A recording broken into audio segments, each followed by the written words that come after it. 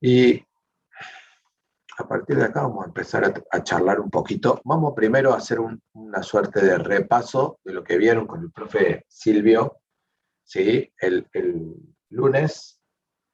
En realidad ustedes siempre vienen como con más clases que vieron con el profe Silvio, porque ustedes este lunes vieron con el profe Silvio ya la segunda clase de archivos. ¿Estamos de acuerdo? Esperen que perdí el chat. Esperen un segundito que perdí el chat.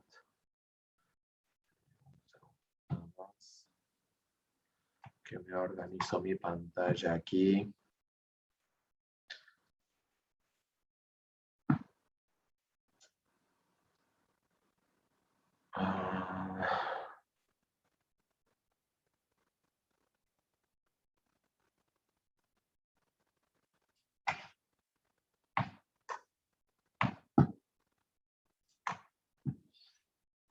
Bien. Ahora tengo el chat acá. Y tengo todo disponible. Bien. Por ahí más o menos. Más o menos. Así. Así.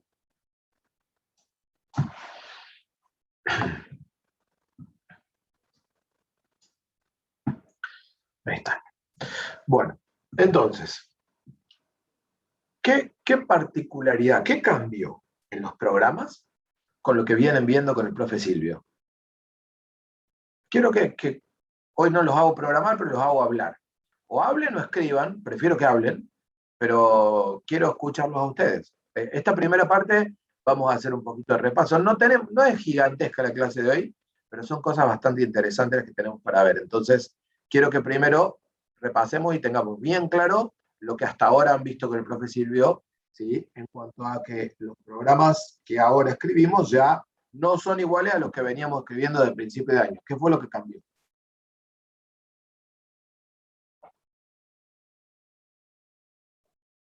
Hello.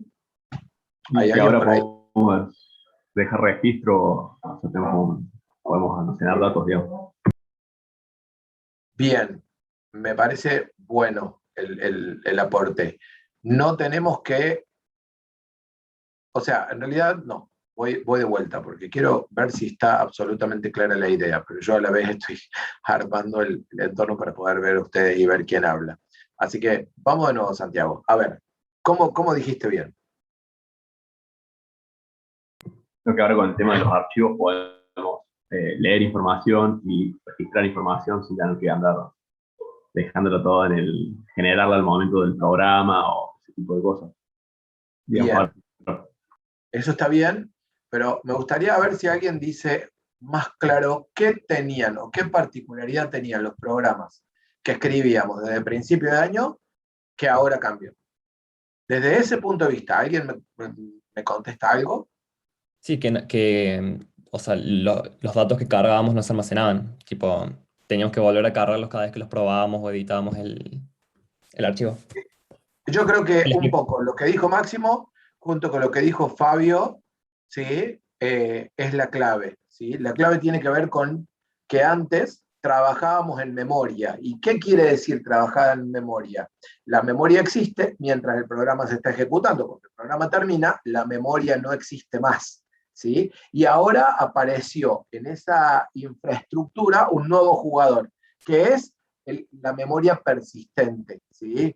En mi tiempo se le llamaba el disco duro o el disquete, ¿sí? Ahora puede ser 450 formas distintas de memoria persistente, ¿sí? Pero por eso digo memoria persistente. ¿Por qué? Porque estamos hablando de un disco duro que es un HDD, de un disco de estado sólido, de un USB, de una memoria SD, de una micro SD, de una tarjeta, o sea, hay montones de lugares en donde yo puedo almacenar datos, pero lo que tiene que quedarme claro es que lo que cambió es que dejé de trabajar con la memoria RAM y paso a trabajar con el disco, ¿sí? Y entonces aparece esta realidad que es que yo no tengo que cargar los datos cada vez que ejecuto el programa.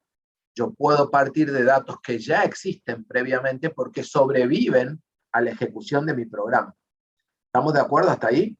Entonces, si yo pienso desde ese punto de vista, ¿qué es lo que voy a tener? Si queremos hacer una suerte de dibujito, ¿qué voy a tener? Voy a tener que por acá tengo mi programa, ¿sí? Vamos a ver, vamos a pensar en este programa. Un programa podía ser uno o un conjunto de scripts, pero yo, no importa, voy a realizar que este programa, ¿sí? Este programa 1, que yo voy a llamar programa 1, ¿sí? Es un script, es un punto .pi, ¿sí? Y que, ¿se acuerdan de nuestro dibujito original de entrada, proceso, salida? ¿Se acuerdan de ese dibujito? De la primera clase, o en realidad la segunda, porque la primera no, conectamos el aula virtual, hicimos otras cosas. La segunda clase ya empezamos a charlar de eso, del ejercicio del aire acondicionado. ¿Se acuerdan algo de todo eso? Bueno, fíjense cómo ahora eso toma una dimensión astronómicamente mayor. ¿Por qué? Porque yo puedo hacer que la salida de mi programa ya no sea un texto que queda en la pantalla y que cuando yo termino el PyCharm o yo cierro eso, no existe más. ¿Sí? La salida de mi programa, y esto es realidad, esto es mucho más cercano a la realidad, la salida de mi programa va a pasar a ser un archivo. ¿Sí? Ese archivo va a quedar escrito en alguna parte. ¿Sí? Archivo. Este archivo, ¿de qué tipo podía ser? La frigoría, exactamente. Mira, Brian, ¿cómo se acuerda? Binario. Binario o de texto. Binario o de texto. Bien, ahí, estudiaron. Excelente. Esto podía ser binario o de texto. ¿Y qué aclaración hace la ficha al respecto? Dice, pero que quede claro que en realidad, ¿qué? ¿No dice que quede claro que en realidad son todos binarios? ¿O no lo charlaron a eso con el profe Silvio? Es importante tenerlo en cuenta, ¿no? O sea, yo siempre lo vuelvo a aclarar el tema, ¿sí? ¿Por qué? Y porque no quiero que se pierda de vista, porque aparte después suele ser una pregunta de examen final justamente ese detalle, ¿sí? Y entonces la pregunta termina siendo, ¿por qué llamamos o tenemos como un tipo especial de archivo a los archivos de texto? Y en realidad tiene un poco que ver con varias cosas. Tiene un poco que ver con la historia, pero hoy en día, en ese mismo escalón, entran un montón de otras cosas. Entonces yo quiero que hagamos una revisadita y hagamos una mirada de por qué los archivos de texto son archivos especiales. ¿Sí? ¿Qué particularidad tienen los archivos de texto? Los archivos de texto son también archivos binarios, pero ¿qué particularidad tienen? ¿Qué vieron en esa primera clase de archivos que los caracterizaba de forma particular? Bueno, ahí Aarón puso algo que bastante claro, digamos. Están estandarizados. Me gusta, pero quiero ponerlo más en concreto, Aarón. Lo quiero poner más en términos de explicárselo a mi mamá, digamos. ¿Qué le dirían a un amigo que estudia abogacía? ¿Qué tienen de particular los archivos de texto? Los bytes son todos visualizables. No me termina de convencer, Agustín.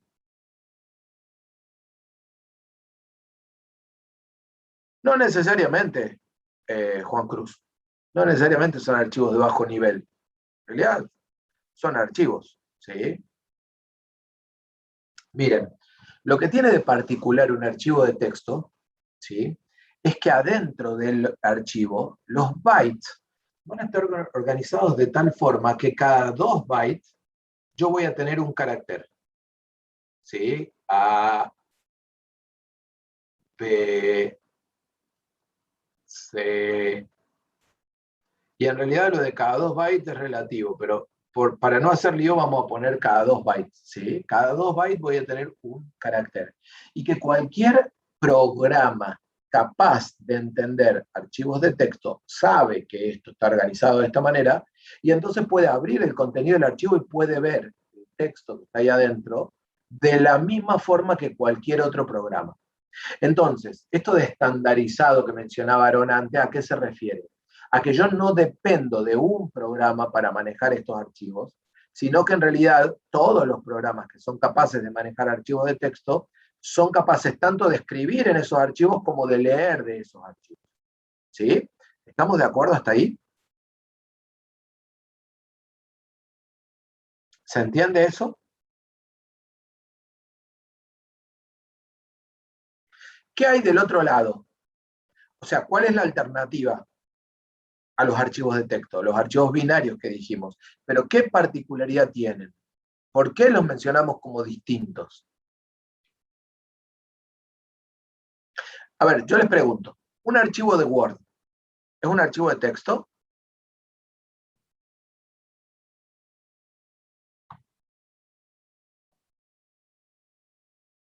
Por ahí creo que tengo alguna respuesta por sí.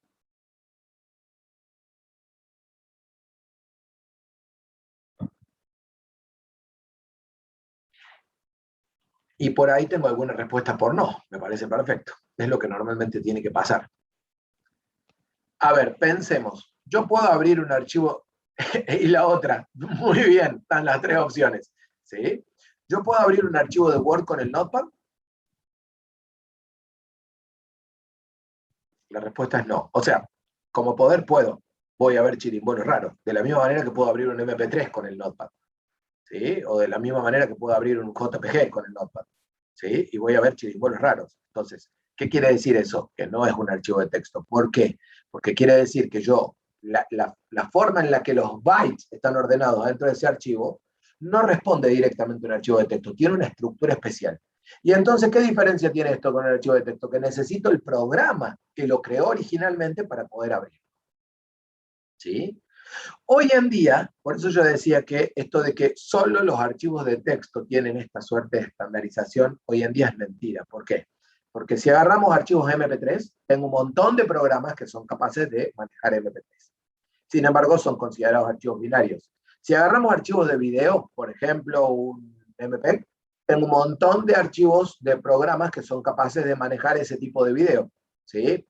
Si agarro archivos de Word, no solo el Word, tengo LibreOffice, tengo Google Docs, tengo un montón de programas que son capaces de manejar esas estructuras binarias. Pero la particularidad que tienen todos esos programas es que conocen la forma en la que los bytes están ordenados adentro de esos archivos.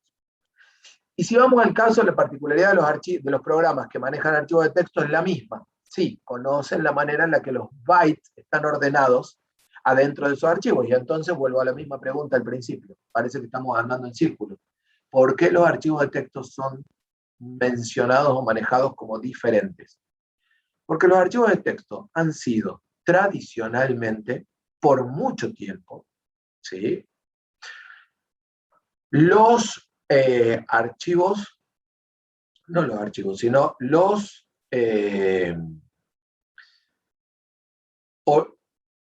repositorios de transporte de datos entre distintas estructuras. O sea, ¿qué quiero decir con esto? Yo, por ejemplo, cuando hicimos toda la migración de datos de los sistemas electorales de todo el país, capaz que el profe Silvio les contó algo de esto, ¿sí? Tuvimos que se movió todo lo que existía en cada provincia, que tenía un sistema separado, cada una de las provincias, a archivos de texto. Y de esos archivos de texto lo pasamos a la base de datos, ¿sí? Central, en donde hoy está la información electoral de todos los electores del país, independientemente de la provincia en donde vivan. ¿Sí? ¿Y de qué sirvieron los archivos de texto? Que los archivos de texto son independientes del programa que los genera y el programa que los lee. Mientras los dos puedan leer o generar archivos de texto, los dos pueden trabajar poniéndose de acuerdo en una estructura o en una forma de organizar esos datos. Entonces, se puede ver la utilidad de los archivos de texto.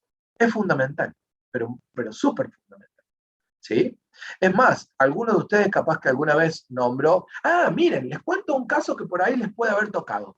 ¿Alguien tuvo que migrar alguna vez una agenda? Y ya con esto después nos vamos al código, porque ya sé que todos quieren ver el código, pero yo quiero que entiendan para qué sirve. ¿Alguna vez alguien trató de migrar una agenda de un iPhone a un Android o de un Android a un iPhone? ¿Alguien trató de hacer eso?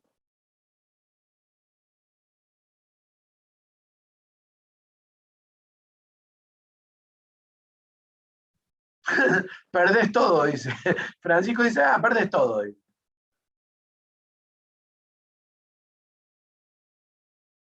Es buena la pregunta, Mateo. Por favor, haceme acordar. Vuelvo sobre eso en un ratito. Quiero terminar la idea y vuelvo. Perdés todo. Ah, bueno, somos dos, Juan Cruz, no te hagas problema.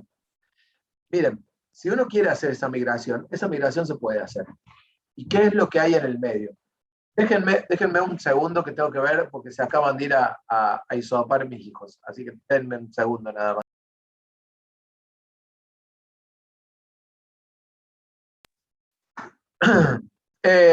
Sí, están todos embichados acá en mi casa. Yo vengo zafando. Yo soy normalmente más debilucho, pero vengo zafando. Supongo que gracias a tomar un poco de sol. Pero no, tan negativo que todo. Así que pasa que están con mucha tos y mucho así, tan mal. Los dos están medio.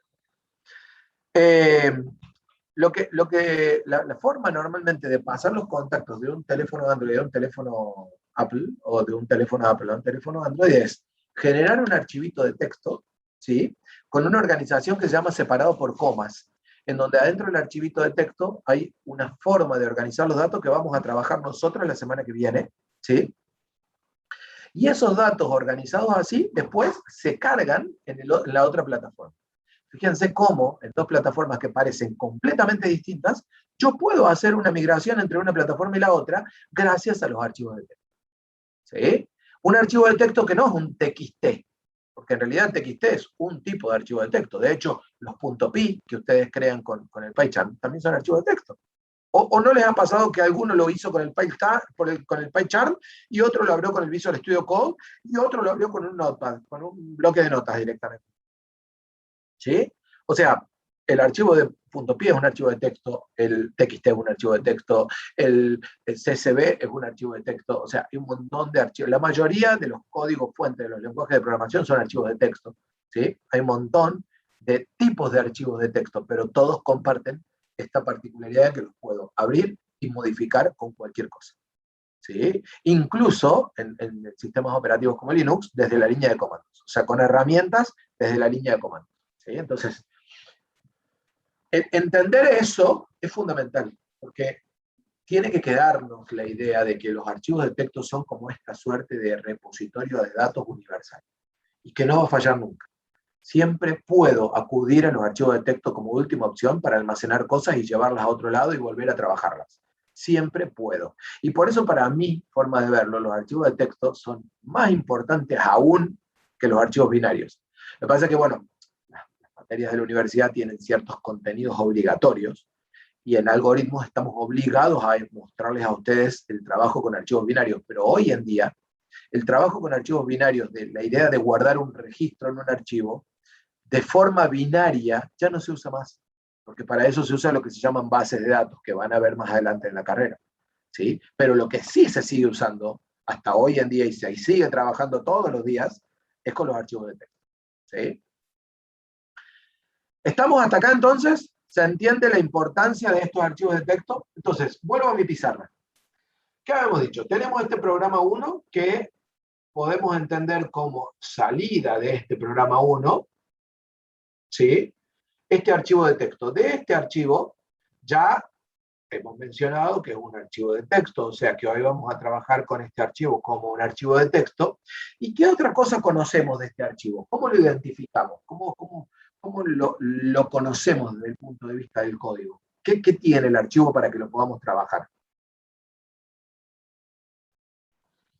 Tiene que estar en algún lado especial, tiene un nombre, perfecto. Acá tengo el nombre del archivo. ¿Sí? Pero ese nombre, ¿tiene alguna referencia a la ubicación? No es obligado. Ah, Mateo, párate, quiero volver sobre lo que vos habías puesto antes, porque me parece que había estado buenísimo. Sí, ahí Augusto me había puesto la transferencia. Se puede, bueno, ahí. Pero por acá arriba, acá, un archivo binario puede leer uno de texto, pero uno de texto no puede leer uno binario. En realidad, ahí yo no hablaría de lectura, Mateo. ¿Por qué? Porque en realidad un archivo, un programa ejecutable, es el que puede leer cualquiera de los dos tipos de archivos. Un archivo que tiene datos no se puede ejecutar y entonces no puede leer nada, ¿sí? Fíjate que nuestro programa de Python está en un archivo de texto, y es el archivo de texto, uno podría pensar que el archivo de texto está leyendo, pero no, quien está leyendo en realidad es Python. Entonces yo no haría esa referencia, ¿sí?, entre quién puede leer a quién. No hay una referencia, en realidad tiene que ver con todos los archivos, adentro lo que tienen son bytes. ¿Por qué? Porque lo único que puedo almacenar en un disco o en un almacenamiento de una computadora de las que hoy conocemos son bytes, ¿sí? No hay otra cosa que yo pueda guardar en una computadora. Incluso si trabajo con almacenamiento de tipo holográficos, ¿sí?, eso se traduce a bytes, ¿sí? Entonces, esos bytes están organizados de dos maneras posibles. O con una estructura fija, especial, para un tipo de problema puntual, ¿sí?, como puede ser, por ejemplo, la forma en la que están organizados los registros del programa que vieron con el profe Silvio en la última clase, ¿sí?, o bien están organizados como un archivo de texto. Y es la particularidad que tienen los archivos de texto, es que esta organización es de los bytes, están organizados de a 2 en 2, y cada 2 bytes representa un carácter, ¿sí?, visualizable, ¿sí? ¿Quién es el encargado de determinar cómo se visualiza esto? Alguien que se llama encoding, ¿sí? Pero este encoding, que es la tabla que determina qué número binario de acá corresponde con cada dibujito de carácter, ¿sí?, es algo que en general en AED no nos ocupamos demasiado, porque complica la cosa de gusto, ¿sí? Si alguien quiere saber de qué estoy hablando acá, el más famoso de estos, más allá de que ya es medio viejo, es uno que se llama ASCII, ¿sí? El ASCII es la forma de codificar caracteres más antigua y que nos sirve a los que vivimos del lado occidental del mundo, porque los que viven del lado oriental tuvieron que esperar hasta otro que se llama Unicode, ¿sí?, para poder tener codificados los caracteres, los ideogramas particulares de los lenguajes orientales. Hasta acá, ¿estamos hasta acá? ¿Se entiende? ¿Hay alguna pregunta? UTF-8 es una manera de Unicode, Mateo. No, perdón, UTF-8 es una manera de Unicode variable que almacena desde 1 byte hasta 4, ¿sí? Pero los UTF son tipos de almacenamiento especial, porque son variables, no son fijos, ¿sí? Entonces, ahí, bueno, hay cosas un poco más raras, ¿sí? El Unicode estaría más asociado a UTF-16, porque usa 2 bytes, no 1, para trabajar, ¿sí? Y el ASCII usa 1 byte, por eso solo puede codificar 256 caracteres y nada más, ¿sí? Por eso el día 256 del año es el Día de los Programadores. No sé si se enteraron de eso. Fue hace un par de días, ¿sí? El Día de los Programadores, y es planteado como el día 256 del año por unos rusos que pidieron que se festejara el Día del Programador, porque tradicionalmente un byte, muy flojo esa gente, compañero tuyo, Mateo. Tradicionalmente un byte siempre se asoció a la informática y la informática a los programadores. Pero bueno, más allá de esto, yo quiero hablar sobre esto que sí me interesa hacer un repasito. ¿Qué era el tema del nombre del archivo? ¿Qué significa o de qué hablamos cuando hablamos del nombre del archivo? ¿De qué tipos puede ser el nombre de un archivo? Este nombre también se suele traducir como ruta, ¿sí?, path o camino, por la traducción exacta.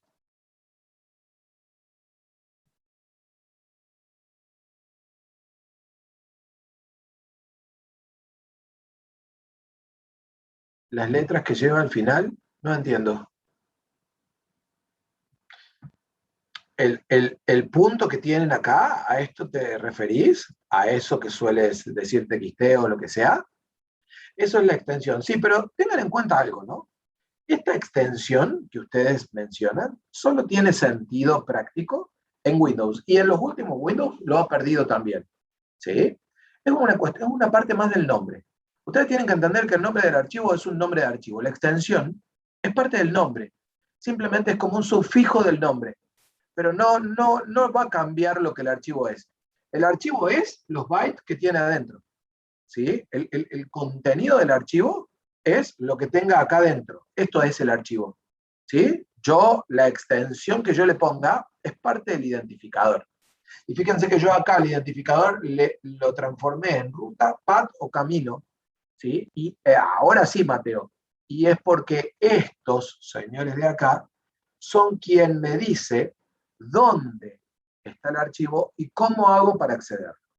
Entonces, el nombre, ruta, path o camino, ¿sí? Es mi identificador del archivo en el disco, ¿sí? O en el sistema de archivos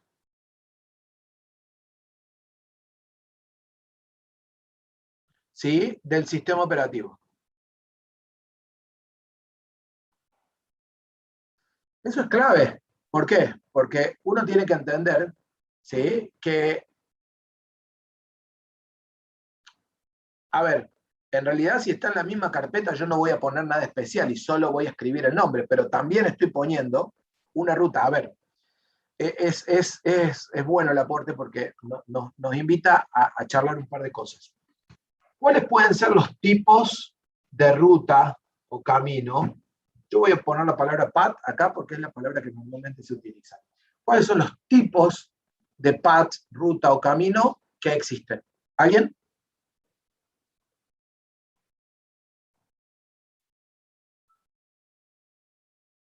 Denme un segundito, por favor.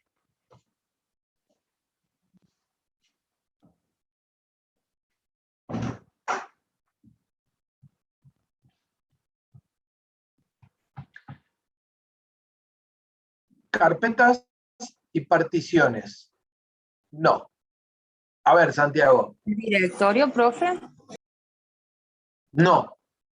Porque en realidad estoy preguntando tipos de caminos. Todo eso que ustedes están nombrando, particiones, carpetas, directorios, son partes de los caminos, pero no diferencian a dos formas de escribir caminos. Los tipos de caminos, o nombre o ruta, son relativo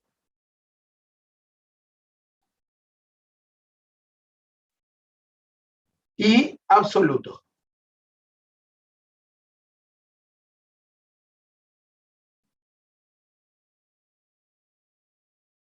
¿Me siguen hasta ahí?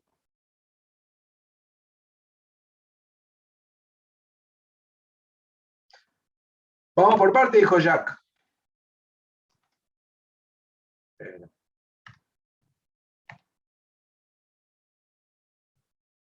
A ver.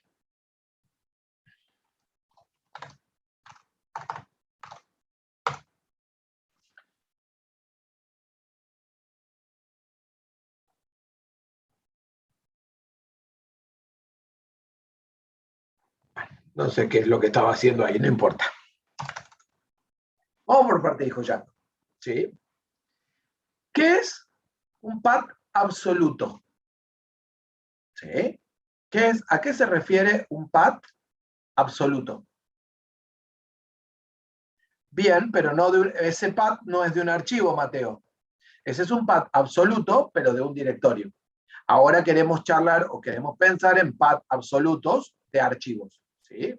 Entonces, imaginen, miren, vamos a abrirnos acá a uno, por ejemplo, este. ¿Sí? No, a ver, algo que sea de texto. Tengo algo de texto acá. Sí, ese debe ser este.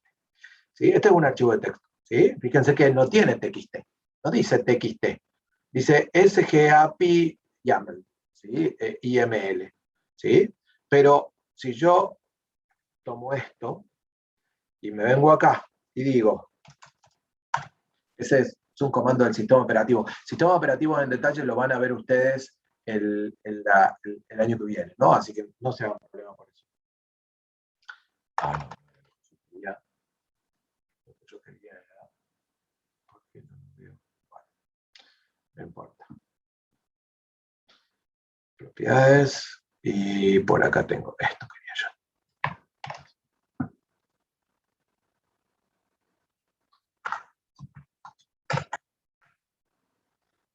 barra, no, fíjense. Yo ahí acabo de mostrar el contenido de este archivo de texto, ¿sí? Que está ubicado en un directorio del disco.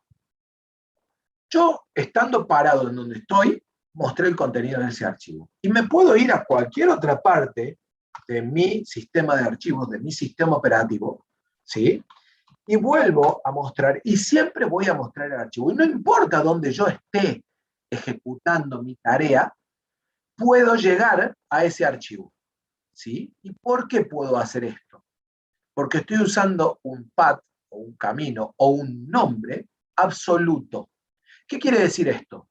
Que con solo eso, yo puedo llegar a ese archivo desde cualquier parte, siempre y cuando obviamente que esté en la misma máquina en donde eso está, ¿no? Pero desde cualquier lado de mi sistema de archivos, yo llego a ese mismo archivo, ¿sí?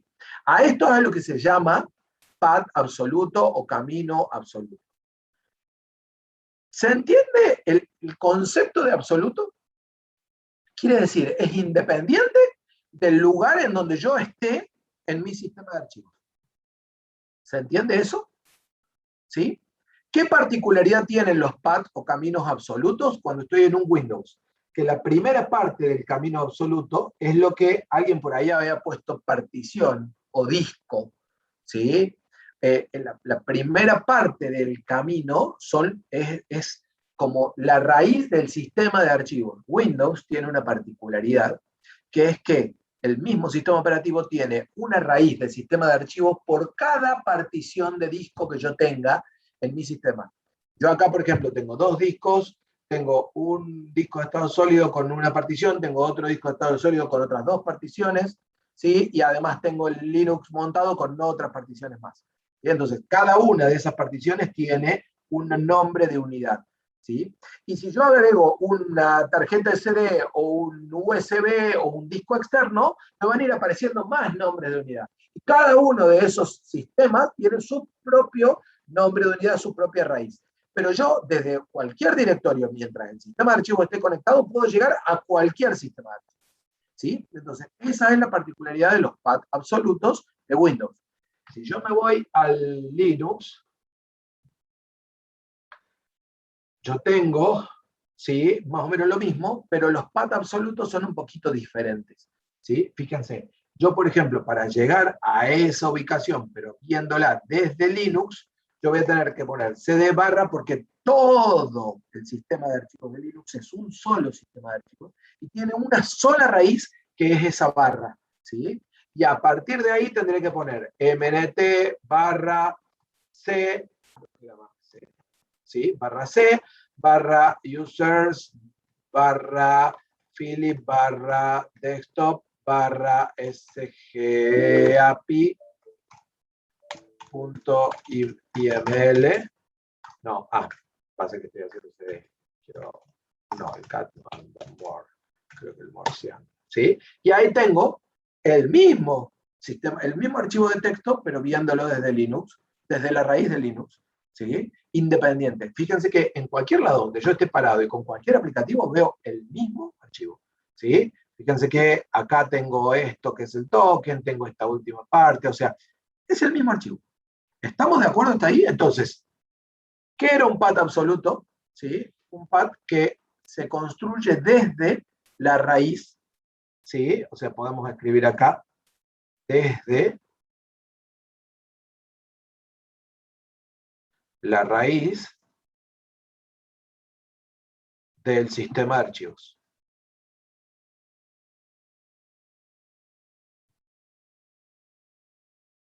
¿Hasta acá cómo vamos? ¿Se entiende esto o no?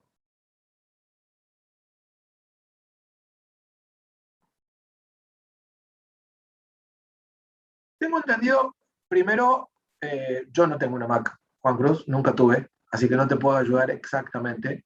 Tengo pendiente armarme una máquina virtual para montar un Mac OS y ver de qué se trata, pero no lo he hecho, así que no te puedo ayudar tanto. Pero tengo entendido que funciona más parecido a este, ¿sí? Con una barra, o sea, cd barra, yo tengo entendido que funciona más parecido a un Linux que a un Windows. Así que tengo entendido que vos lo que tenés en un macOS por debajo es un Linux. Pero es solamente una creencia. Si hay alguien más que lo tenga más claro, me ayuda. ¿Sí? O sea que vos lo que debes tener como raíz del sistema Mac debe ser una barra. Y desde ahí debes poder entrar a configurar o a poder acceder a los distintos sistemas, a los distintos carpetas de ese sistema de archivos. ¿Sí?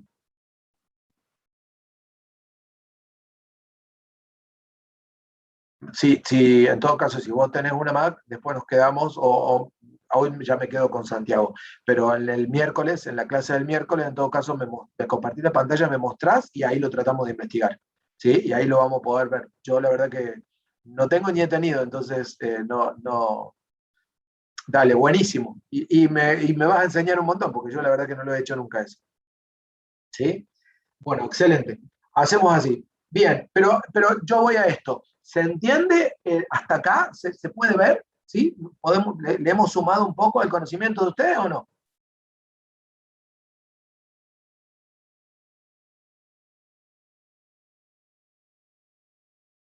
¿Sí? Bien. ¿Y entonces qué es uno relativo? Cuando agregamos relativo, es relativo el lugar en donde estoy parado. Y yo, desde estando parado en algún lugar, ¿dónde me quedó? Estando parado en algún directorio, bueno, pasa que, fíjense, ese iconito de ahí en realidad está haciendo referencia a este. ¿Ven que se va armando como un arbolito? ¿Sí? Está haciendo referencia a este directorio de acá. O sea, aquel es como un acceso directo a este mismo directorio. ¿Sí?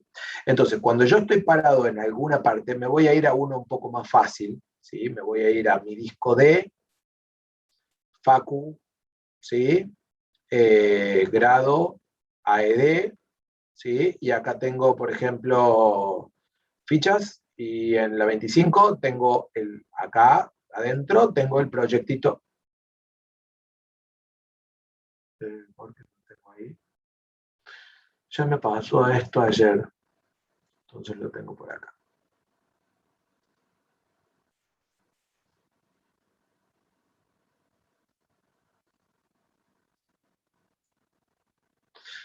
No importa, acá. ¿Sí? Acá tengo el proyectito que vamos a trabajar hoy. ¿Sí? Y ahí tengo este archivito datos, ¿sí? TXT. Me voy a copiar este archivo porque si lo hacemos desde acá es un caos, porque tiene unos nombres extraños la carpeta. Entonces me voy a ir a 2021 y acá clases prácticas y acá vamos a ir a la clase 22. Clase 22, ¿sí? Y ahí adentro de la clase 22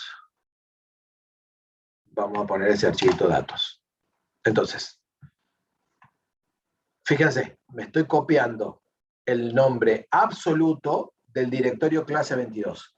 ¿Sí? ¿Para qué? Para poderme mover más fácil ahí adentro con las herramientas como esta. ¿Sí? Si yo acá digo entonces cd, ¿sí? Y pego el nombre de la clase 22 y me... Oh, por eso me faltaron las... Por eso no hay que usar espacio en el nombre de directorio. ¿Sí? Y ahí estoy en la clase 22. Yo digo dir acá, veo datos.txt. Si digo type, datos.txt es el archivito que vamos a trabajar ahora en un ratito. ¿Sí? Hasta ahí estamos. Ahora bien, yo ahí, fíjense que dije type, ni siquiera puse punto barra, yo dije type datos.txt. ¿Sí? Automáticamente cuando hice así, puse punto barra, porque puse tab. ¿Sí? Datos.txt. ¿Qué es este datos.txt? Un nombre relativo. ¿Relativo a dónde? A donde estoy parado, porque no le puse ningún directorio. ¿Sí? Pero si yo me voy de este directorio, ¿sí? Me voy acá, fíjense que acá no tengo datos.txt. Y sin embargo quiero hacer type de datos.txt. Entonces, ¿cómo hago? Y tengo que poner el directorio de donde datos.txt está. ¿Y cómo hago eso? Y tengo dos maneras de hacerlo. O pongo el nombre absoluto o pongo un nombre relativo. ¿Y cómo hago el nombre relativo? El nombre relativo empieza con el nombre del directorio. Voy a necesitar, creo que puedo hacer así. Clase, esto es para poner un espacio, ¿sí? 22, ¿sí? Creo que era barra, ¿sí? Barra espacio. Bueno, vamos a poner comillas porque si no. Clase 22, barra, ¿sí? Datos.txt. Fíjense que, ¿qué particularidad tiene este path Profe, respecto del otro? Sí. justo estábamos diciendo en el chat que creo que la carpeta se llama calce en vez de clase.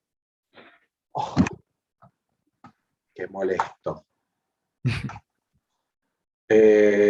¿Cómo se renombraba un directorio en Windows? Rename debe ser.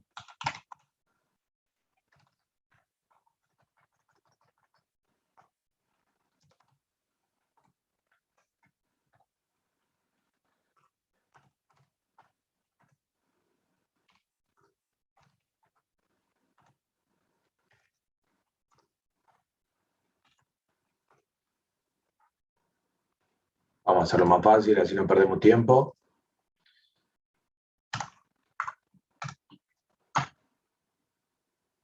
Ahora sí.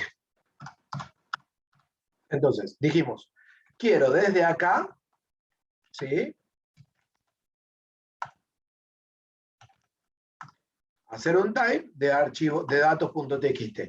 Y entonces, ¿qué estoy haciendo? Estoy poniendo un path relativo. ¿Relativo a qué? Relativo a donde estoy parado. Fíjense que yo ahí digo type, clase 22, datos.txt, le digo enter y muestra el archivo. Todos vemos que mostró el contenido del archivo. Pero si yo me voy a otro directorio, ¿sí? Si yo digo cd, no sé, de dos puntos, no, c dos puntos, ¿sí? Si yo me voy a otro directorio, me voy a otra parte, y digo type clase 22 datos, me va a decir que ese archivo no existe. ¿Y qué es lo que está pasando ahí? Lo que está pasando es que no tengo un path absoluto. Lo que tengo es un path relativo. Entonces, lo que está tratando de hacer cuando yo pongo este path relativo es, desde acá donde estoy parado, trata de buscar de llegar, ¿sí?, a ese directorio clase 22. Y no llega, porque no lo encuentra. ¿Se entiende esto? ¿Se puede ver o no?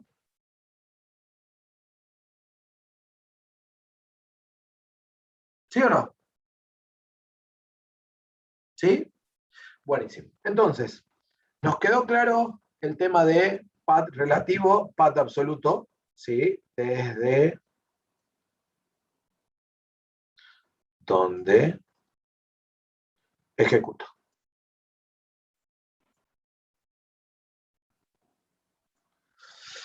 Cuando nosotros ponemos un nombrecito, así solo, ¿esto empieza con una raíz o no? ¿Qué les parece?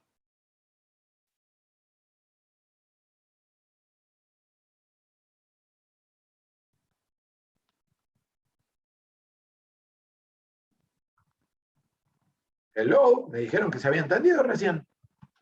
Este nombre de archivo.txt, así como está, esto solo, ¿empieza con raíz o no? No. ¿Sí? Para empezar con raíz, tiene que empezar con la barra en Linux o con C dos puntos barra en Windows.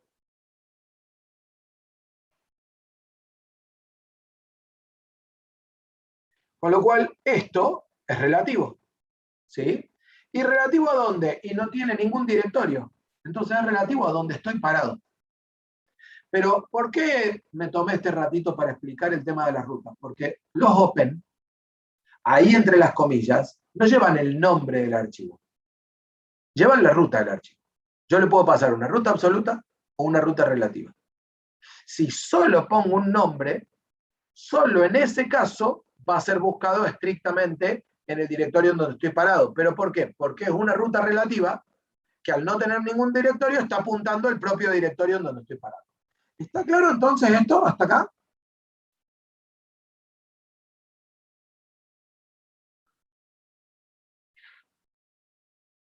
¿Sí o no? Pongan una No, T no, o no. una F, suelten el tenedor un segundo. Bueno. Ese que se rió porque está comiendo, a mí no me engaña. Entonces, dijimos, tengo un programa 1, que como salida escribió un archivo, ¿sí? ¿Y a dónde se pone interesante la cosa? Que este archivo puede ser la entrada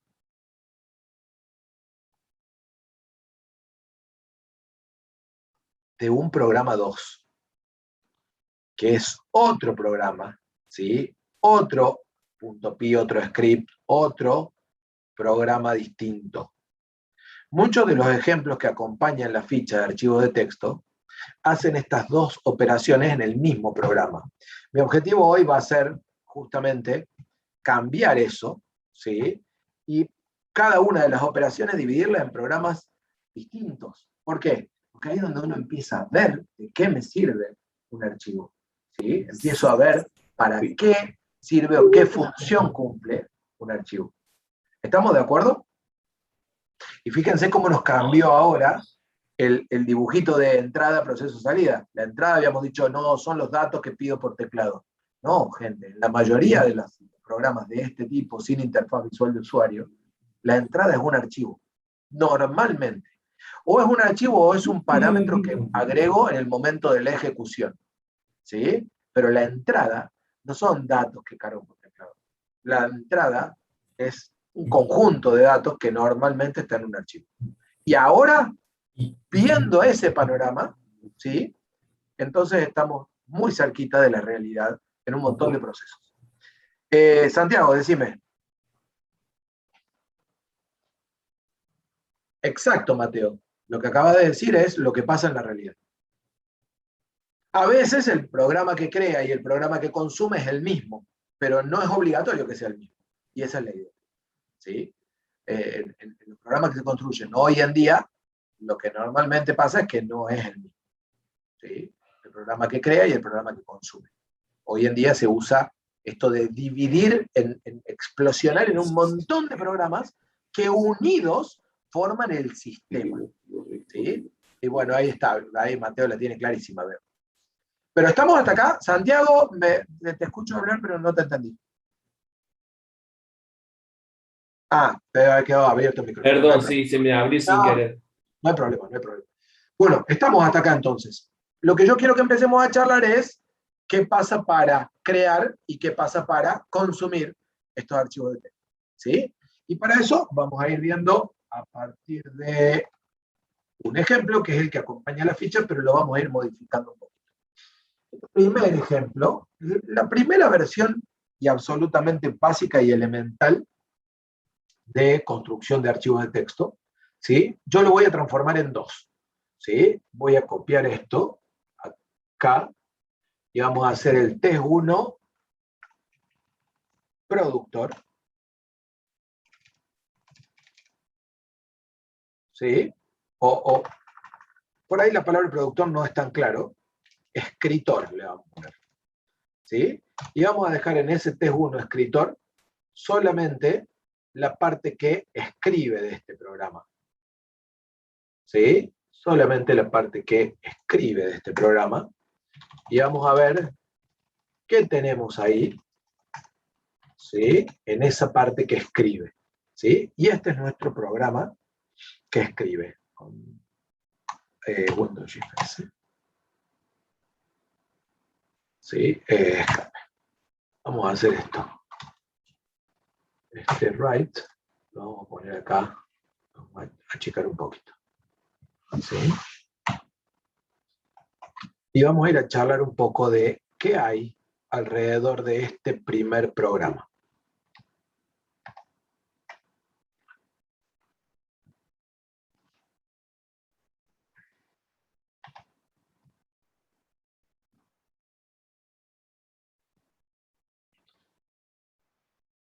Bien. ¿Se puede ver ahí? ¿O hace falta agrandar un poquito esto?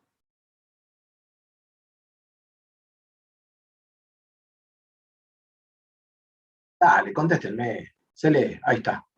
Benjamín por pronto lo lee. Bien. Entonces, ¿qué es lo que está pasando en este fragmento de código es nuestro primer desafío. Este programa tiene por objetivo escribir en un archivo de texto, ¿sí?, estas dos líneas de texto. Una línea de texto, la clase de hoy, bueno, 15 del 9, me quedó escrito el lunes, eso no importa, ¿sí? Sería la clase de hoy 17 del 9, ¿sí?, en pandemia, ¿sí? Segunda línea de texto, no importa, ¿sí? En realidad, el objetivo es chequear qué es lo que está pasando acá y cómo es que esto llega al disco. Ese es mi objetivo, y eso es lo que persigo, y eso es lo que quiero que ustedes, ¿sí?, también estén mirando, ¿sí?, porque es lo que me parece fundamental comprender. Y mucho de esto ya coincide con lo que vieron con el profe Silvio, así que en cierta forma quiero que me discutan, porque la clase de hoy se vuelve una suerte de repaso, por decirlo de alguna manera. Bien, ¿qué es lo primero que está pasando? Línea 1 de código, esta línea de código, ¿qué hace? ¿Alguien?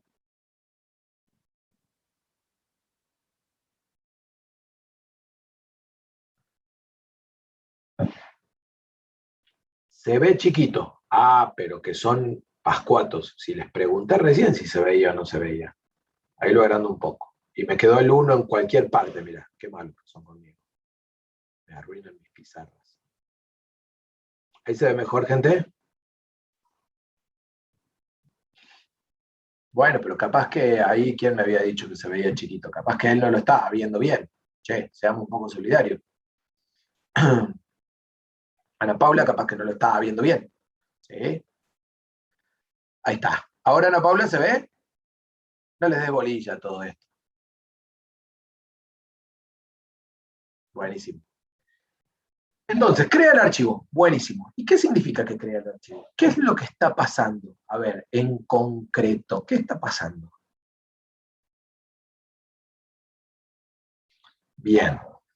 En primer lugar, lo que está pasando es que en el disco o almacenamiento persistente, que lo voy a dibujar de esta forma, y no vale reírse de mis dibujos, juro que en el pizarrón los hago un poquito más lindos, ¿sí?, en el disco o almacenamiento persistente, acá adentro se va a crear un archivito, ¿sí?, que se llama datos.txt. Y hay algo más que decir. ¿Qué pasa si datos.txt ya existía?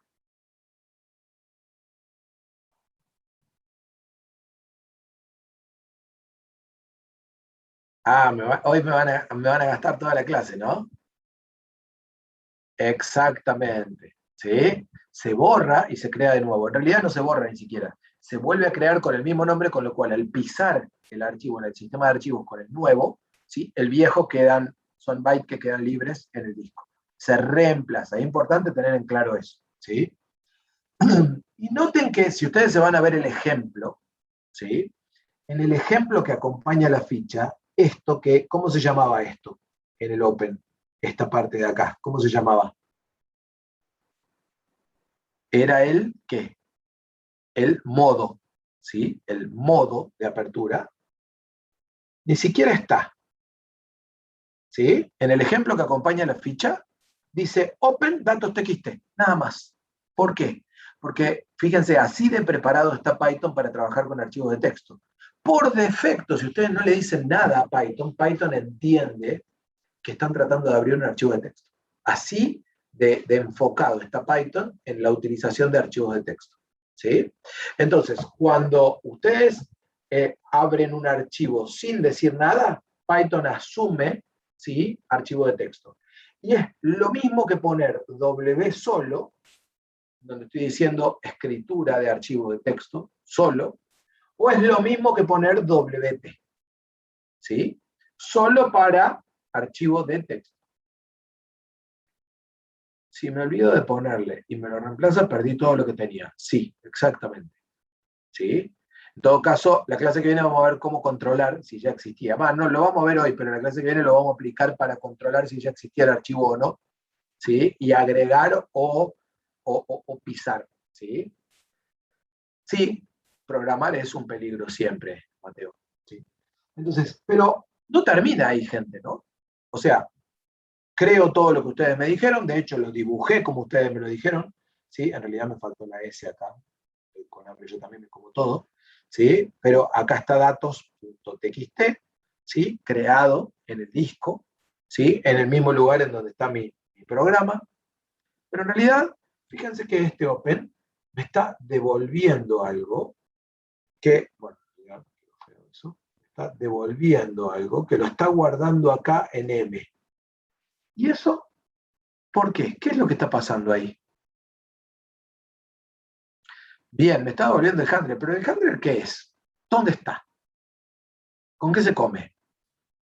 Puede ser como una especie de conexión entre el almacenamiento del disco duro y la memoria, una conexión o algo por el estilo. Bien.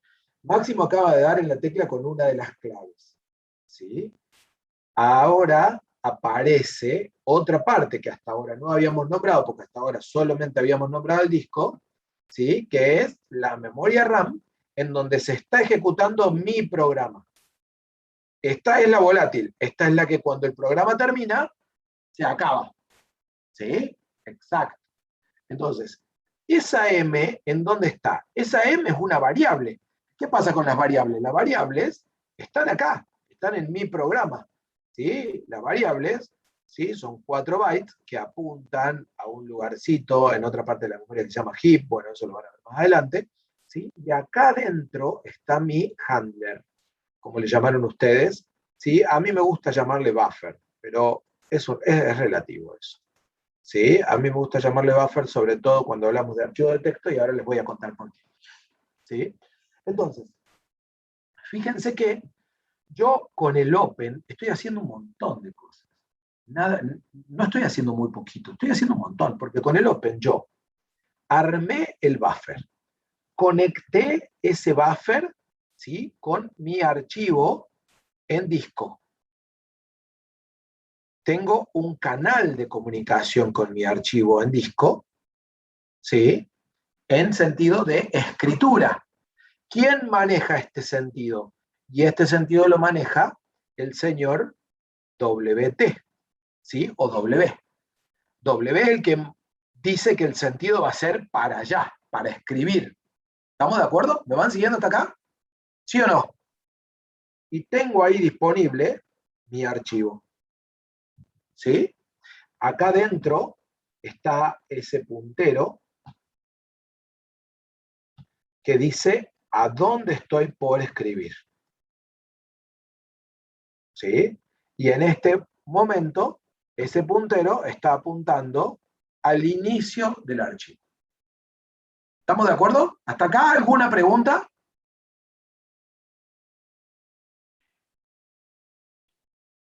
Bien.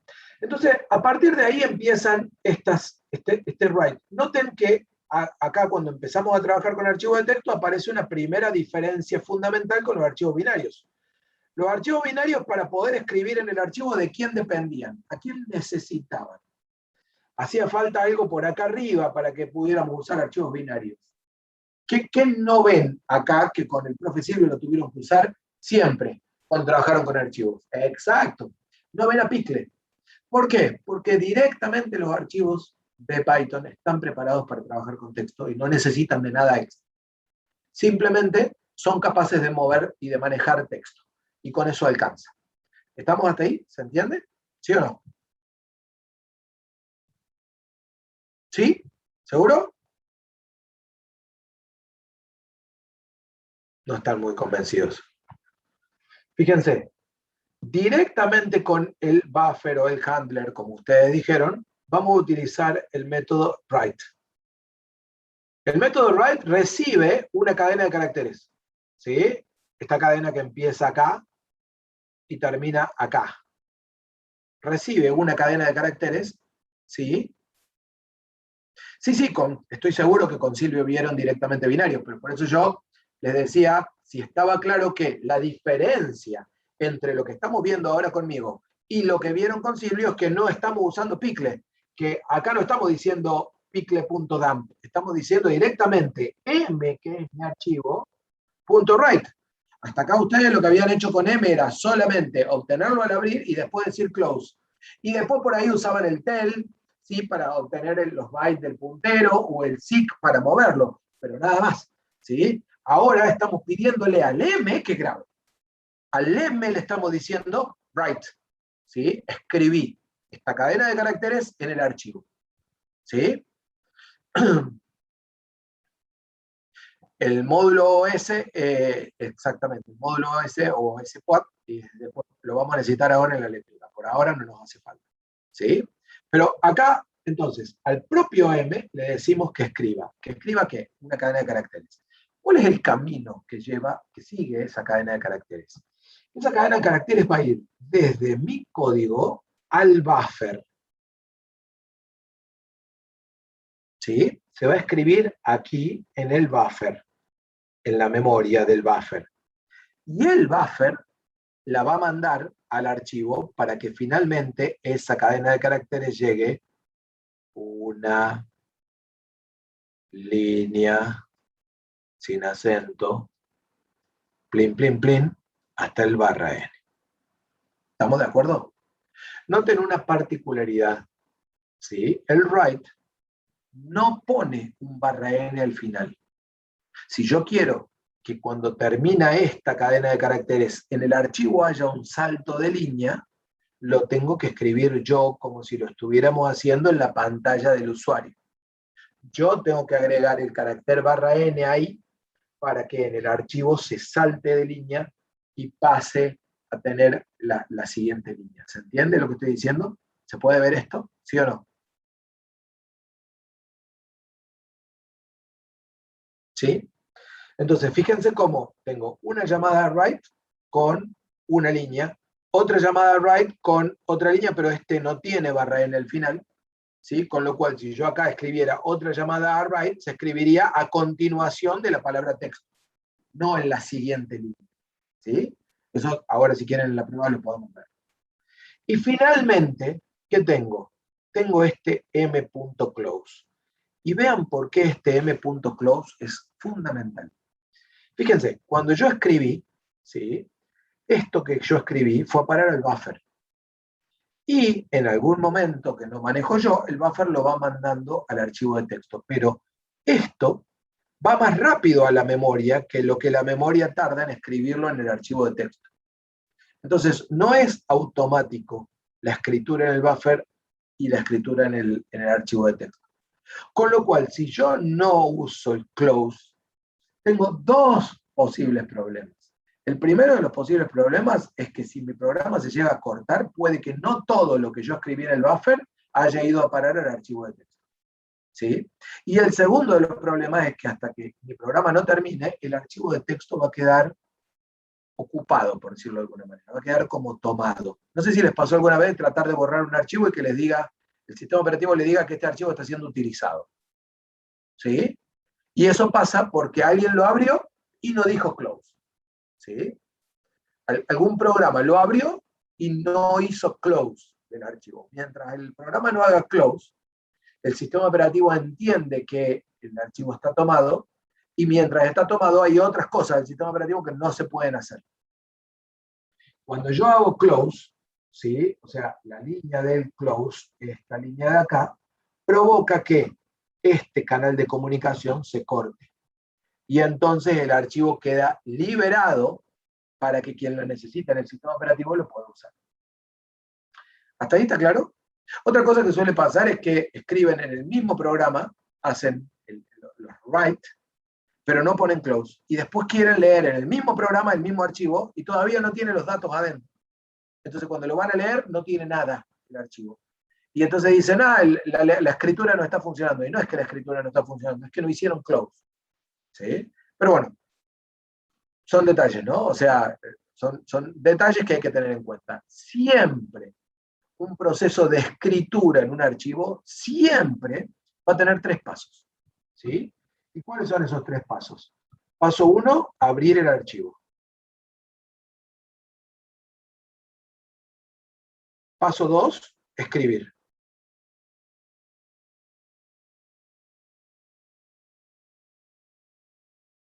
Y paso 3, cerrar.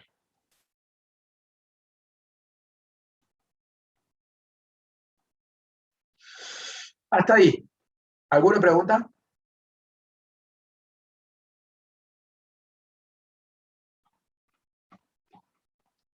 ¿Queda claro esto?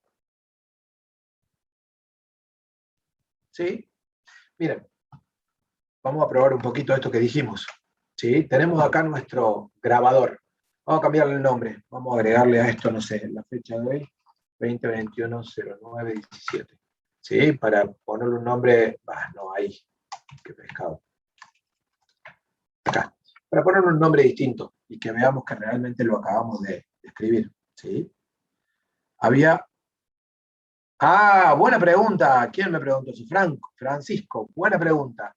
La función es flash.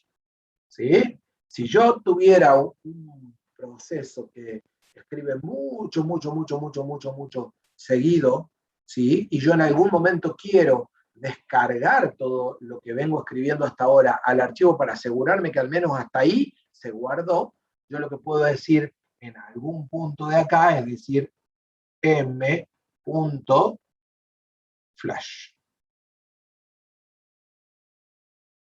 Y de esa forma descargo. Pero en realidad no lo voy a poner de este color porque parece que fueran los pasos obligatorios. Y esto no es obligatorio para poder crear un archivo. ¿Sí? Es una herramienta más, nada más. ¿Sí? ¿Estamos hasta acá? ¿Se entiende?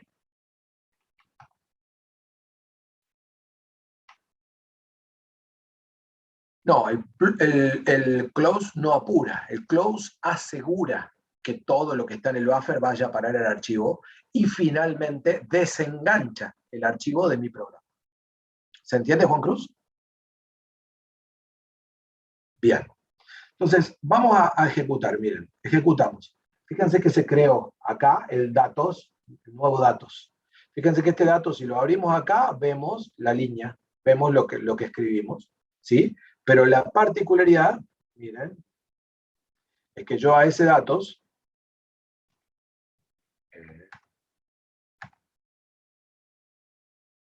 ¿dónde quedó? No.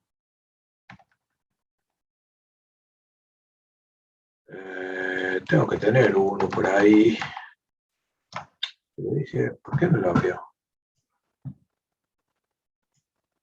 Opening Explorer. ¿Por qué no lo abre?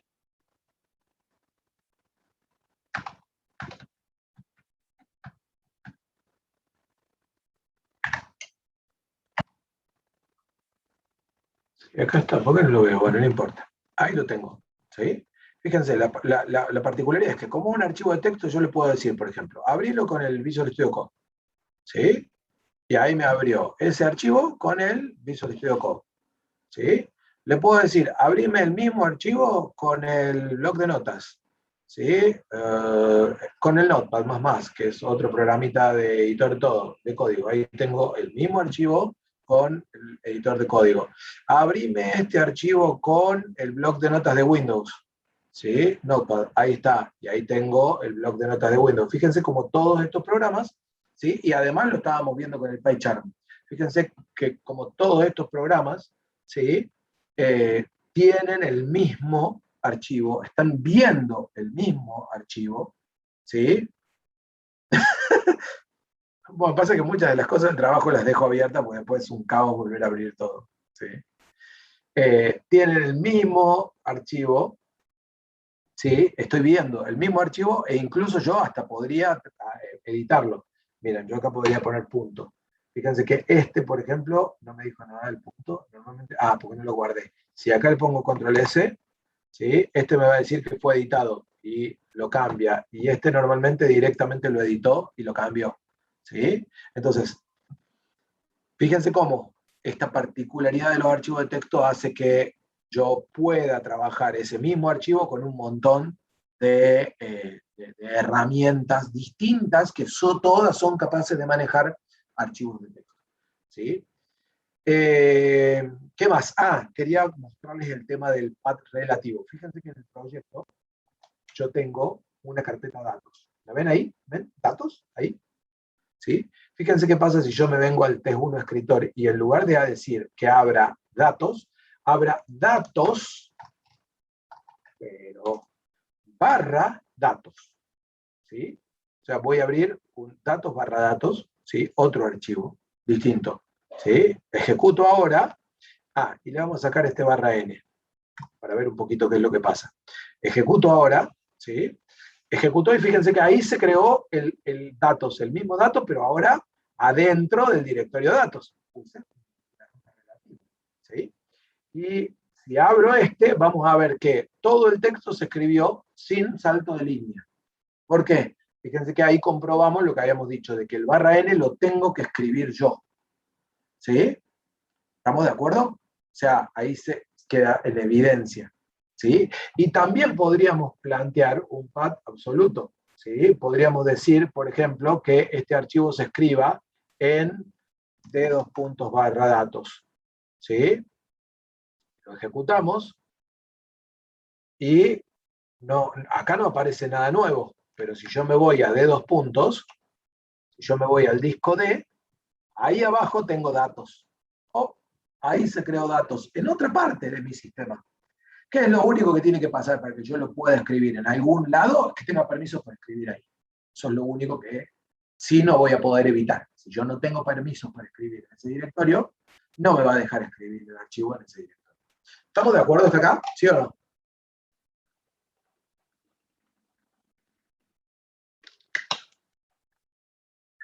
¿Sí? Bueno, vamos con la lectura entonces. ¿Sí? Vamos con la lectura.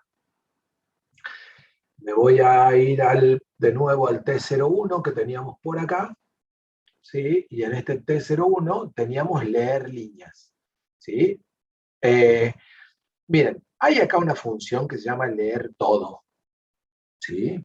¿Qué tiene de raro esta función? Este m.read, que lee todo el contenido del archivo en una cadena de caracteres. En un ratito volvemos sobre esto. Yo ahora la que voy a dejar es esta que se llama leer líneas. ¿Sí? Y en un ratito después, no.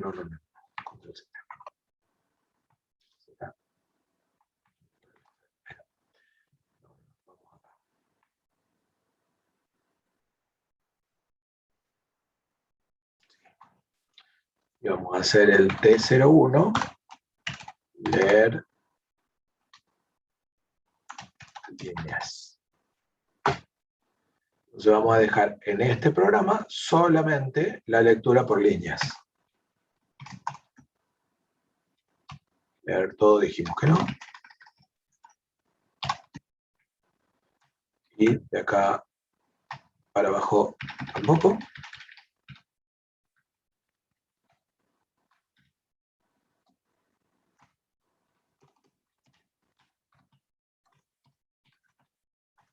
Entonces ahora tenemos un programa que lee. ¿Sí? Vamos a...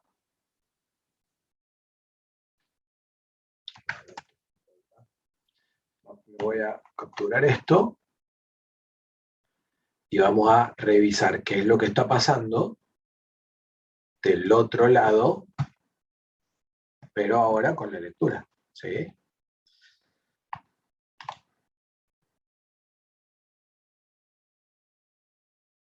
¿Qué pasó?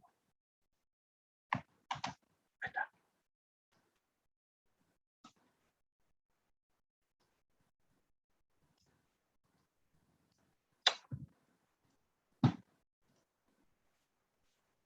No me deja.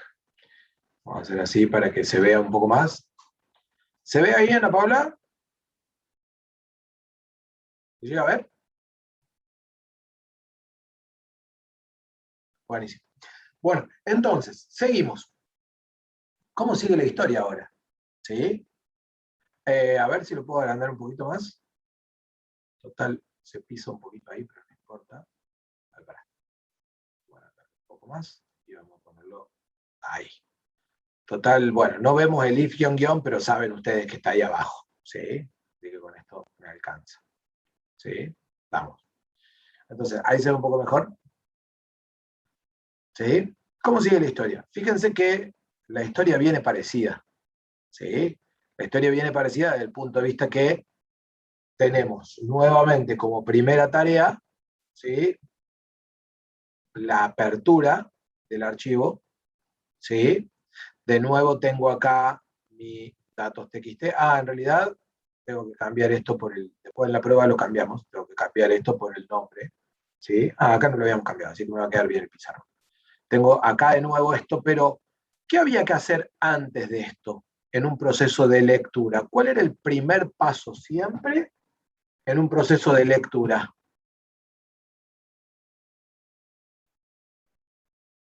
En la lectura, ¿cuál era el primer paso siempre? ¿Abrir? Ah, bien, perfecto, Santiago. No puedo abrir directamente, porque si yo intento abrir un archivo que no existe, va a dar un error y no sabemos o no hemos visto en primer año cómo controlar ese error para que el programa no reviente. ¿Sí? Entonces, o no termine abruptamente, para decirlo de forma correcta. ¿Sí? Entonces, lo primero que voy a hacer siempre, ¿sí?, es controlar, control, exist. ¿Sí? ¿Cómo se hacía esto? ¿Qué había que hacer acá para lograr ese control?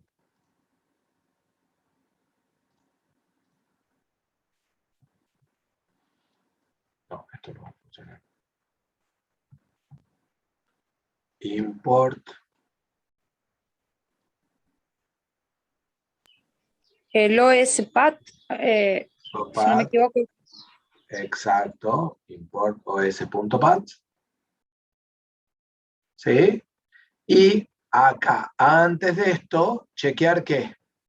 ¿Qué era lo que había que chequear para controlar que exista? os.path.exist.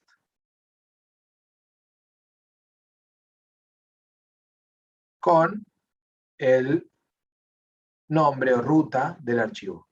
Datos.txt.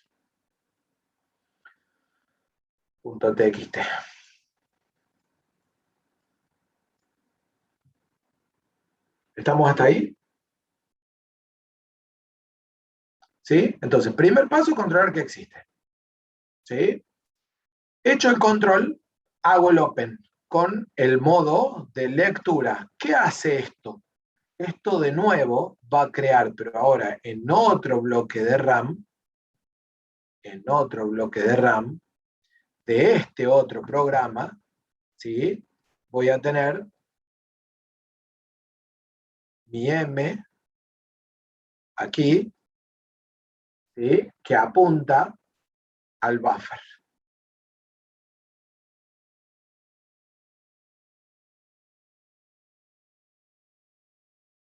Y este buffer es el que va a producir, ¿sí? Ojo.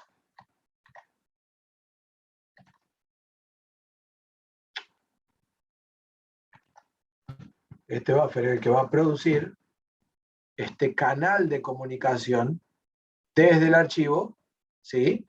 Y quien arma este sentido es el RT. Como mi tipo de apertura es de lectura, ¿sí?, yo ahora entonces tengo un canal de comunicación desde el archivo hacia mi buffer, ¿sí?, y la capacidad de consumir lo que tengo en mi buffer. ¿Hasta acá está claro? ¿Sí o no?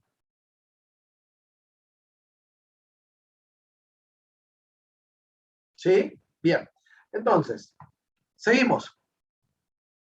A partir de ahí, lo que yo voy a hacer, entonces dijimos, segundo paso, abrir el archivo.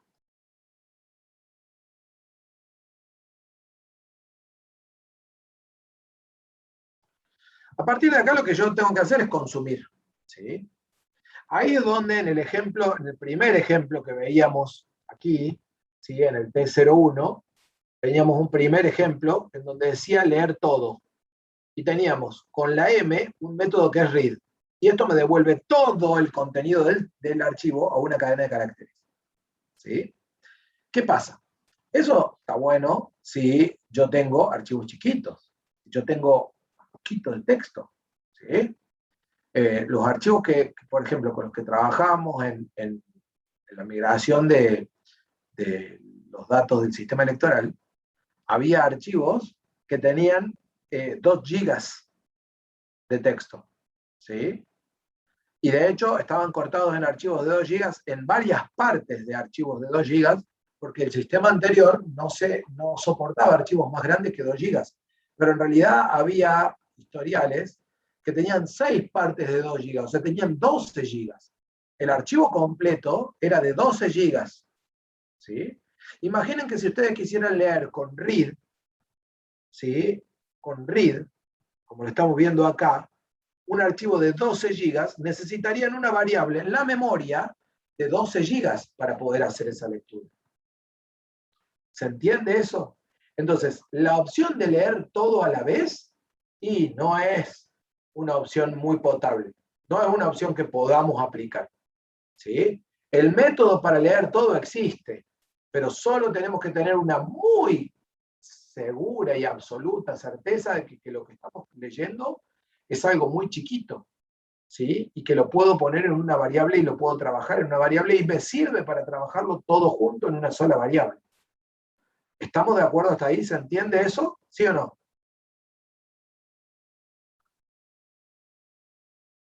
Bien, entonces, ¿sí? ¿Cuál es la alternativa? Ir leyendo de línea por línea.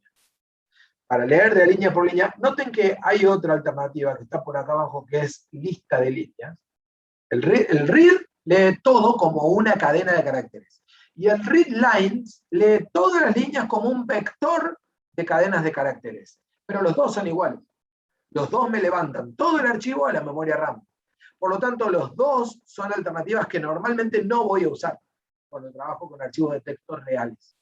Lo que voy a usar cuando trabajo con archivos de texto reales es leer por línea. ¿Sí? El modelo que yo me traje a la pizarra está apoyado en la idea de que yo sé cuántas líneas tiene el archivo y que son solo 2. Entonces no necesito ningún ciclo, no necesito nada. Simplemente llamo al método readLine, sin la S al final, readLine, para cada una de las 2 líneas que tiene el archivo, y como yo sé que son 2, me leí todas las líneas. Pero cuando vayamos a un caso real, vamos a usar los otros modelos, que lo que hacen es leer de a una línea por vez hasta que se me acaben las líneas, que ahora los vamos a ir a revisar. ¿Estamos de acuerdo hasta ahí? ¿Sí o no? Exactamente, Mateo, esa es la idea. La idea es que cuando yo tengo acá en la RAM una variable que se llama L1. ¿Sí? Yo tengo acá, así como tengo la M, tengo acá también una variable que se llama L1. Ah, bueno, en realidad tengo 2 variables, pero vamos a asumir que las 2 fueran la misma. Tengo L1, ¿sí? Cuando lea la primera línea, el primer readline, ¿qué va a guardar en L1? Va a guardar la cadenita, una línea, plim, plim, plim, plim, plim, hasta el barra N. ¿Sí? Incluido el barra N, o sea, esta L1 va a apuntar a una cadena que va a tener el barra N acá al final. O sea, cuando lo leo, así como cuando no lo escribo, cuando lo leo, pero lo pongo como parte de la cadena que leo, no lo saco. ¿Sí? Entonces, este primer readline va a provocar esta L1, ¿sí? Ahí adentro, en la memoria. ¿Sí? O sea que el buffer le va a dar lo que leyó, ¿sí? Una línea va a venir al buffer y del buffer va a ir a parar a la variable L1. ¿Sí? Y después, bueno, acá en realidad está usando otra variable L2, pero tranquilamente esta también podría ser la variable L1, si lo imprimo. Pasa que, bueno, este print habría que moverlo por allá arriba, habría que cambiar un poquito el programa. Después vamos a ver que con ciclos yo puedo reutilizar la variable en la que estoy leyendo cada una de las líneas y puedo ir pisando en cada vuelta de un ciclo la misma variable. Acá en realidad tengo una variable L1 y voy a tener otra variable L2. Voy a tener otra variable L2 acá, ¿sí? Y en esta otra variable L2 voy a tener, no sé, en alguna otra parte, la segunda cadena de caracteres, que la segunda era segunda línea. Segunda línea, ¿sí? En otra cadena de caracteres. Entonces, cuando llegue acá abajo e imprima, voy a imprimir lo que tengo en la variable L1 y lo que tengo en la variable L2. ¿Sí? Entonces, fíjense cómo cada una de los readline me buscó del archivo y me trajo una línea a la vez. Si este archivo tuviera millones de líneas, Simplemente con armar un ciclo que de cada vez me traiga una línea, yo nunca tendría en la memoria ocupado más que lo que ocupa la cadena de caracteres de una línea de texto del archivo. Y esa es la forma de procesar archivos muy grandes. ¿Sí? Ahora vamos a hacer algún ejemplo. ¿Me van siguiendo hasta acá? ¿Sí o no?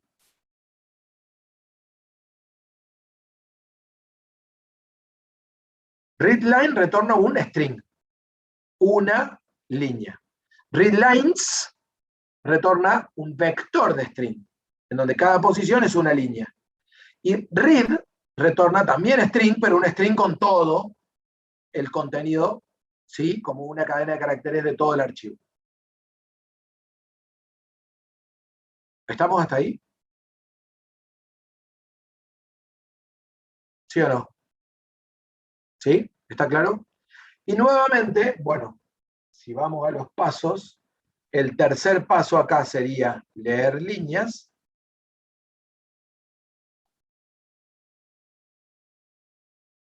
O leer, ¿sí? Y nuevamente el cuarto paso es, nunca hay que olvidar, cerrar. No voy a poner close, vamos a poner cerrar. Archivo. Estos tres pasos de acá y estos cuatro pasos de acá son siempre, absolutamente siempre, cuando estén usando archivos. Y les juro que corregimos exámenes finales en donde pifian en esto. Se olvidan del close, ¿sí? No controlan que exista, ¿sí? Y les estoy diciendo, ¿no? Esto es siempre así. No me importa dónde lo esté implementando. No me importa qué es lo que esté haciendo. Siempre, cuando yo quiera escribir archivos, voy a tener esos tres pasos, y cuando yo quiera leer archivos, voy a tener estos cuatro pasos. Siempre. Lo haga donde lo haga. ¿Estamos de acuerdo? ¿Se puede ver esto? ¿Sí o no?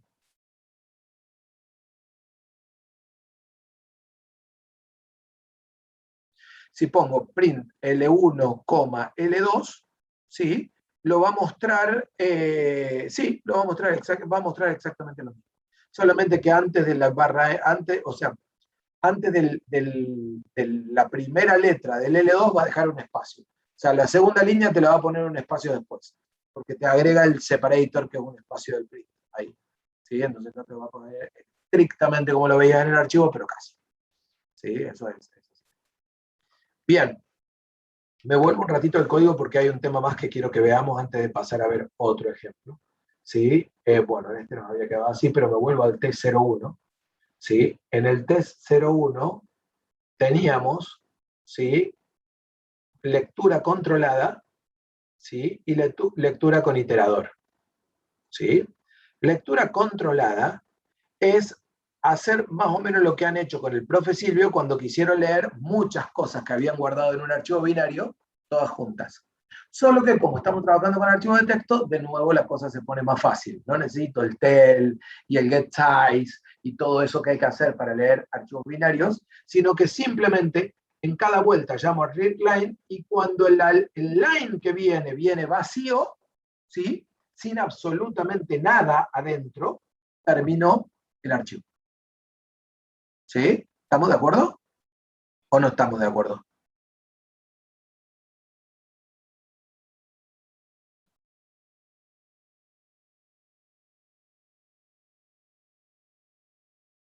Ah, bien, yo estaba esperando que alguien me pregunte eso.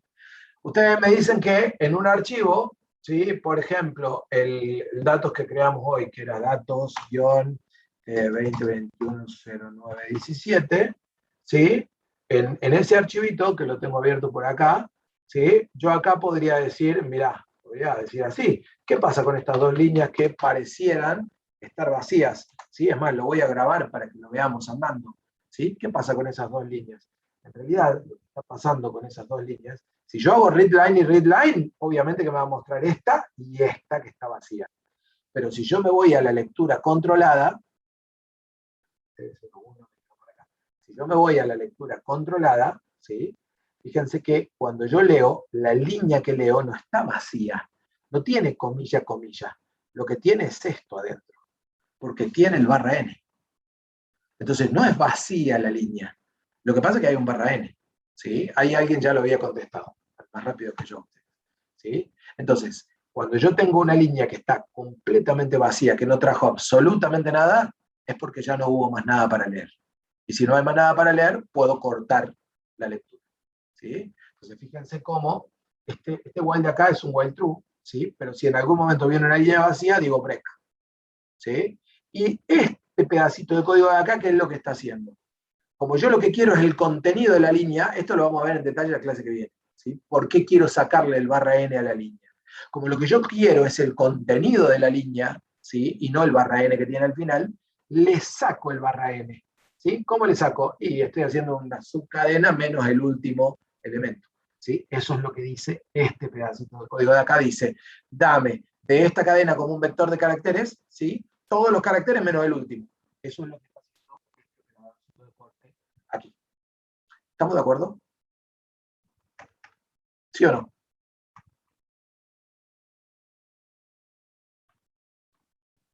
¿Sí? Bien, y por último, hay un caso muy particular que es, esto muestra, de hecho podríamos hasta incluso hacerlo, no, porque para la lectura le tengo que poner modo, pero esto muestra hasta qué punto Python está preparado para trabajar con archivos de texto. Fíjense que si yo abro un archivo de texto en Python, ¿sí? Y digo for línea in el nombre del archivo, en realidad a mí no me gusta usar la M acá, pero a Valerio le encanta, ¿sí? For line in archivo, print line, ¿sí? Bueno, el line tiene el barra n adentro, ¿no? Obviamente, pero fíjense que puedo hacer un for así de automático y con eso estar leyendo todo el contenido del archivo, ¿sí? Y eso va a ser muy importante porque en el trabajo práctico 4, cuando ustedes tengan que procesar un archivo de texto con estructura, o sea, con varios valores, para transformarlo en un vector de registro en memoria, con esto solo ya están, ¿sí? Entonces, fíjense que hemos visto varias maneras de leer el archivo. ¿Cuáles son las dos verdaderamente útiles? Cuando vamos a trabajar archivos serios, archivos de verdad, que tienen datos, ¿sí? O esta, que hace un while, o esta, que hace el for. Porque las otras de lectura completa, cuando vamos a trabajar archivos serios, no va a existir. Miren, yo acá tengo un ejemplito, para probar un poco, ¿sí? Tengo un programita que se llama generador, que lo que hace es generar un montón de números, ¿sí? Y tengo otro programita que se llama consumidor, que lo que hace es después leer ese archivo, ¿sí? Consumidor, ¿y dónde me quedó el generador? Generador, acá está. ¿Sí? ¿Qué hace este programita? Genera, ¿sí? Números aleatorios entre 1 y creo que esto era 1.000.000, si no me equivoco, ¿sí? Y genera ¿cuántos números aleatorios? Un número aleatorio de números aleatorios, ¿sí? Un número entre 90.000 y 110.000 números. Quiero muchos, nada más, es lo único que me importa, ¿sí? Quiero muchos números, ¿sí? ¿Y cómo hago para comprobar que realmente los números que generé son los que después leí? ¿Sí? Vamos a ponerle acá también la fecha para ver que sea el de hoy, 0917. ¿Cómo hago para ver que los que generé después los leí? ¿Sí? Lo que voy a hacer es calcular la suma y mostrar la cantidad. Entonces acá al final voy a mostrar la suma y la cantidad de los números que generé, ¿sí? Este programa empieza y termina, ¿sí? De hecho podríamos acá agregar al final print un fin, ¿sí? Para ver que el programa terminó. Generó los números, los dejó ahí en el disco, ¿sí? Y terminó. Control S. ¿Sí? Entonces, miren, vamos a ejecutar esto, ¿sí? Generó los números, los dejó ahí en datos generador, ¿sí? Acá tengo, vamos a hacer una pequeña explorer de esto, ¿sí? Pequeña explorer, todo está por ahí acá ahora. Datos, ahí está. Miren, fíjense que acá tengo el archivito que generé. Este archivito pesa, propiedades, ¿sí? Tiene exactamente 739.313 bytes. No, esta es la cantidad. En el otro ahora les voy a mostrar el tamaño que tiene, porque además muestro el tamaño para que veamos que este size que me muestra el sistema operativo es realmente el mismo size que me muestra Python, ¿sí? Y tiene dentro 93.719 archivos con una suma de este numerote grande. ¿Sí?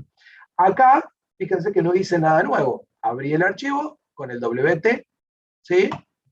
Tengo un par de cosas extra, pero por acá abajo digo archivo.write. Ahí está, escribo el dato y un /n, ¿sí? Cada 5.000 números estoy haciendo un flash, pero simplemente para mostrar cuál es la idea de flash. O sea, cada 5.000 le pido al buffer que guarde todo en el archivo, ¿sí? Y finalmente, archivo close y muestro esos valores. Y de este lado, estoy haciendo la lectura de esos números con algunas particularidades, ¿sí?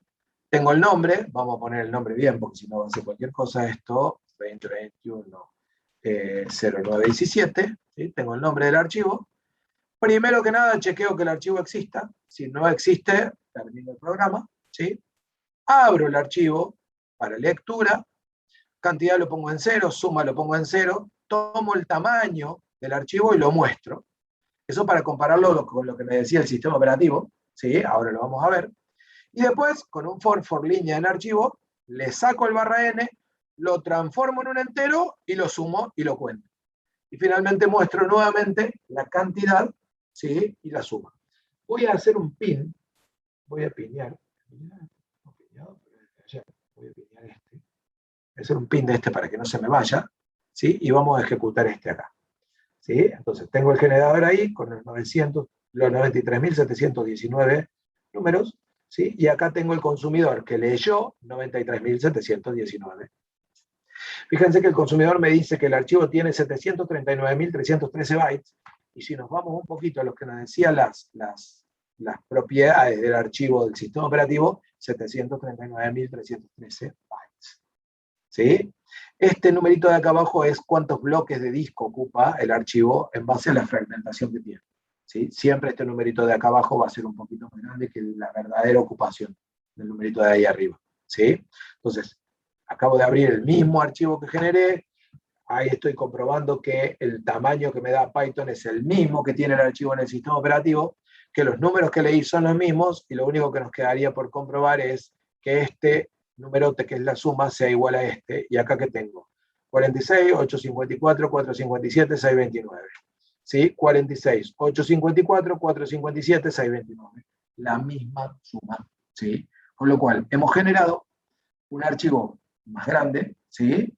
Y hemos consumido un archivo más grande. Más bien que si yo intento abrir este archivo, ¿sí? Y me voy acá al final, va a tener 93.719 líneas ese archivo, ¿sí? Con todos los números que escribí ahí adentro, ¿sí?